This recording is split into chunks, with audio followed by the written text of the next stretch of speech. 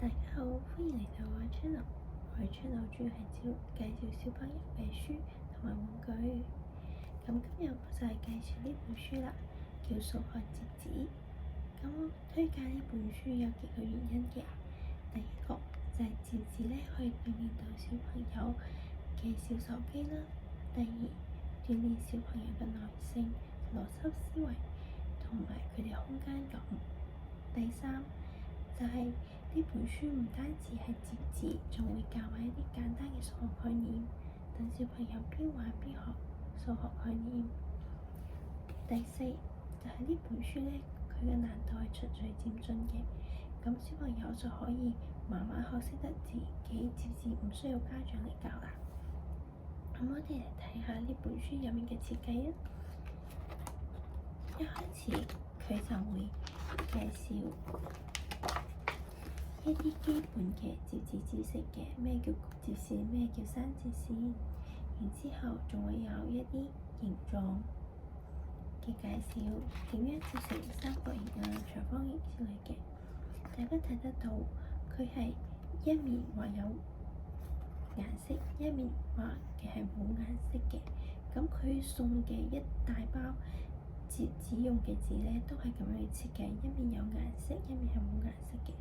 所以當家長引導小朋友跟住呢本書去摺紙嘅時候咧，慢慢小朋友就可以自己發覺到自己摺嘅紙同呢本書上面畫出嚟嘅圖係咪一致㗎咯喎？譬如話，小朋友會唔會反轉咗呢個三角形嘅摺紙位變成另外一面，佢哋就可以自己發現到㗎啦。因為佢嘅顏色標註係非常之清晰嘅。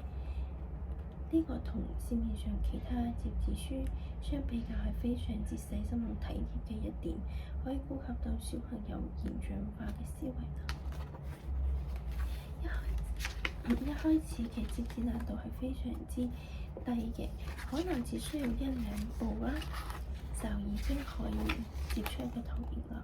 譬如話呢個樹，只需要兩步。咁小朋友一開始摺嘅時候，發現原來摺紙係咁簡單有趣嘅，咁佢好可能就會有意願繼續玩落去㗎啦。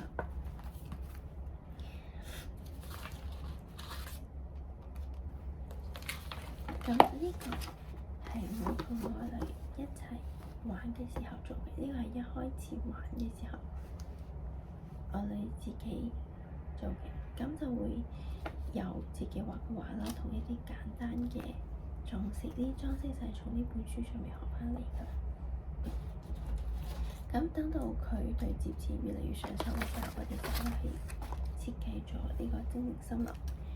因為一開始想佢比較容易摺啦，所以用嘅紙係比較大嘅，就冇顧及到呢個作品上面嘅人物比例之類㗎啦。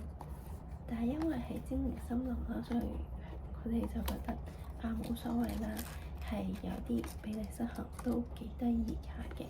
呢個係台同凳啦，唔知大家睇唔睇得清楚？下面咧仲貼咗啲兔仔啦，同埋樹，剪咗啲紙嚟做裝飾，側邊仲有隻小狐狸。咁到而家啦，佢就已經可以設計比較多啲嘅嘢出嚟啦。呢個就係小精靈之家，佢可以用好細好細嘅紙嚟摺呢啲手袋啊、銀包啊、帽、鞋、衫仔、裙仔。呢個褲係佢自己諗嘅，佢話要咁樣摺條褲。呢本書上面冇教嘅，然之後佢話仲要加個雪櫃，即係話摺紙遊戲咧，仲可以鍛鍊到小朋友嘅一啲設計能力喎，佢嘅創意能力。呢個係飯團、豆、柿、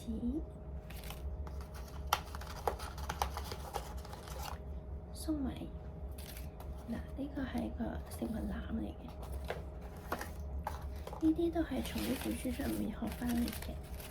咁佢摺嘅可能有啲就唔係太過嘅就係太過生動啦，又好譬如話呢個字啦，佢就比較抽象化少少嘅，同埋呢個豆。但係咧，對於小朋友嚟講咧，呢個已經係好大嘅成就感啦，因為呢啲都係好簡單就可以完成嘅。畫設置仲可以鍛鍊到小朋友嘅耐性，好似整呢幅畫咧，可能需要畫畫比較慢啦，所以佢需要差唔多1個鐘。呢個大嘅作品至少要1個半鐘先至完成啦。如果家長冇咁長時間嘅話，單純就係跟住呢本書上面嘅圖嚟接一幅畫嘅話，其實5到10分鐘已經足夠㗎啦。呢個係個好好嘅消磨親子時間嘅一個書嚟嘅，可以邊玩邊學到嘢，又增進感情啦。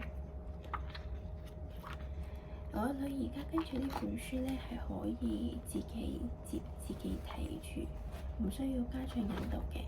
除咗有一啲比較複雜嘅位，譬如話好似呢種要翻接嘅，可能對於佢嚟講有少少挑戰，但係只要提點一下，佢都可以做到㗎啦。